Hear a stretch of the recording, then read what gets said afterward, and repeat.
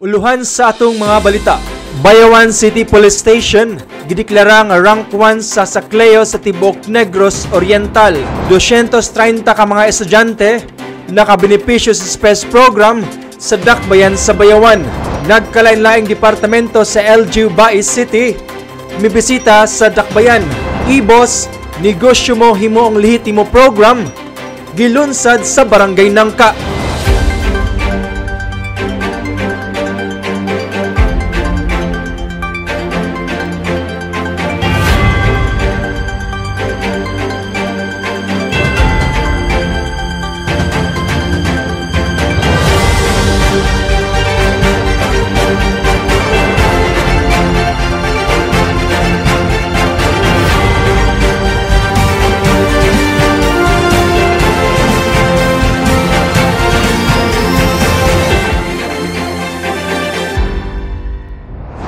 Giila isip rank 1 ang Bayawan City Police Station sa tanang police units ilalom sa Negros Oriental Provincial Police Office sa bag-uhay lang nga simultaneous anti-criminality law enforcement operations kon sa Sacleo nga gipahigayon ni adtong Hunyo 27 hangtod 29, 2025. Pinanguluhan ni Police Lieutenant Colonel Joson B. Paralag, ang Chief of Police sa Bayawan CPS, mas gipakusgan pa sa buhatan ng ilang mga lakang bato kriminalidad, labi na sa gyera kontra droga, pagpangdakop sa mga wanted nga personalidad, ug pag-embargo sa mga pusil nga walay hustong papeles dinhi sa Dakbayan.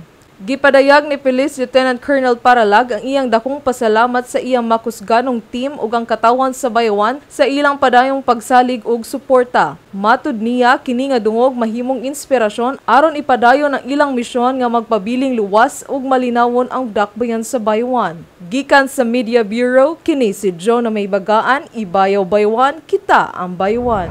Bayawan City gipahigayon karong Hulyo 8, tuig 2025 ang culminating activity sa Special Program for Employment of Students. Ang gihimo sa Bayawan City Training Livelihood Development Center, pinaagi sa paningkamo sa City Cooperative Manpower Development Office o Department of Labor. Gibana-bana nga 230 ka student beneficiaries ang nahuman sa ilang summer job karong tuiga. Diin sila na destino sa nagkalain-laing barangay ug opisina sa syudad. Ang programa nagtumong sa paghatag og oportunidad sa mga estudyante nga makatrabaho sa panahon sa ilang bakasyon aron makatabang sa ilang pamilya ug makatigom para sa ilang edukasyon. Lakip sa mga benepisyo nga nadawat sa mga benepisyaryo, mao ang temporaryong trabaho nga naghatag kanila og kita, kasinatian sa serbisyong publiko ug pagkat-on sa hinungdanon sa responsibilidad ug disiplina. Sa maong kalihukan, personal nga mitambong si Mayor John T. Raymond Jr. og mihatag og mensahe sa mga kabatan-unan. Giawhag niya mga estudyante nga gamiton sa insakto ang ilang nadawat nga sweldo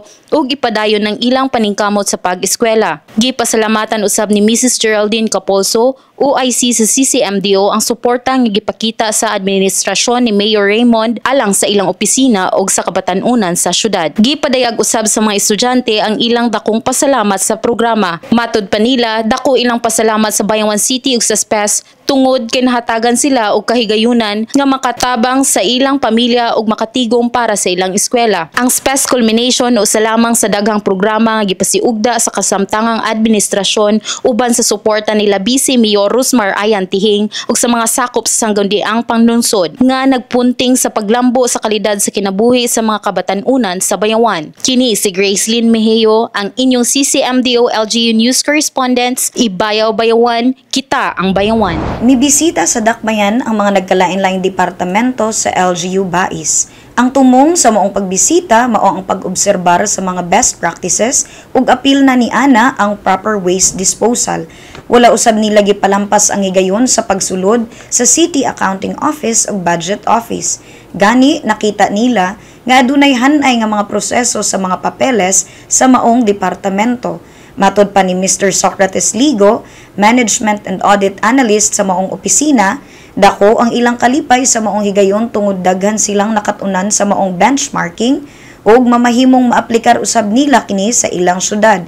Usa na ni ana mao ang proper waste disposal, nakita nila nga adunay maayong pag-dispose sa mga unserviceable vehicle o mga sakyanan nga wala na magamit, mga PPEs ug uban pang hazardous o delikadong basura.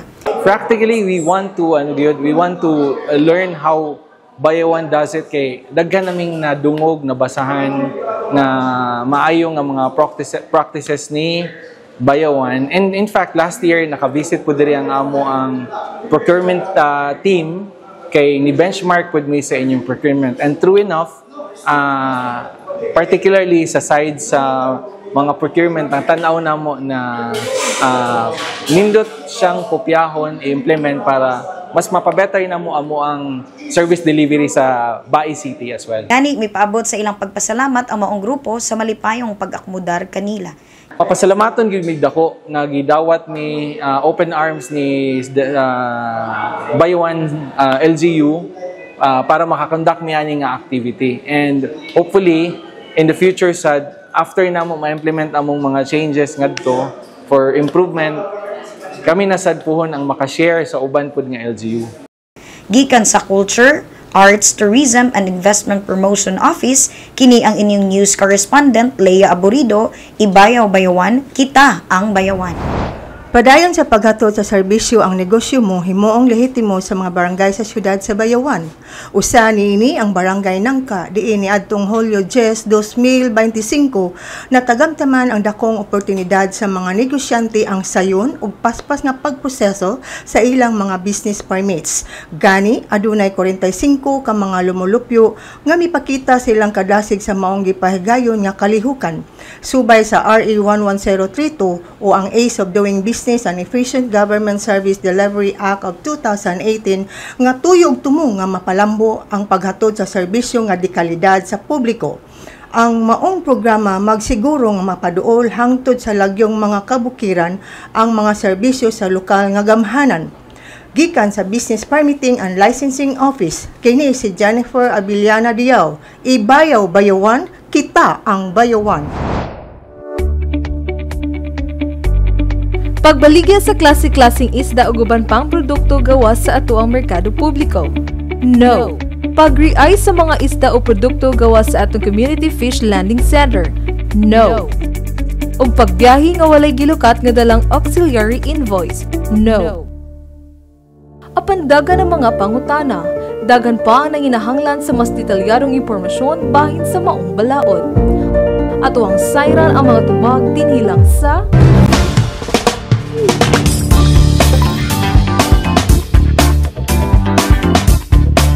Fish Landing Center, akong usbo, no, ang ga-manage ana is ang atong BICAF, ang asosasyon sa atong mga mananagat.